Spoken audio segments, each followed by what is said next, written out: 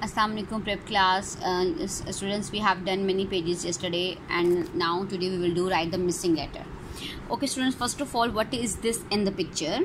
This is cat. They have written. So what are the spellings of cat? Yes, you know the phonics. K at cat. Okay, now we will write k here. K at. Okay, now what is this? Fan. And what is the starting sound? F an. Okay, so right here f. Okay, you have to learn the spellings. What is this? Pan. P. This is missing. P an. What is this? Pat. P. They have written a and a. What is this? Mat. Mat.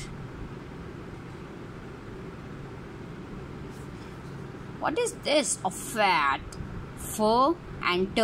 We will write a. F at fat. Okay.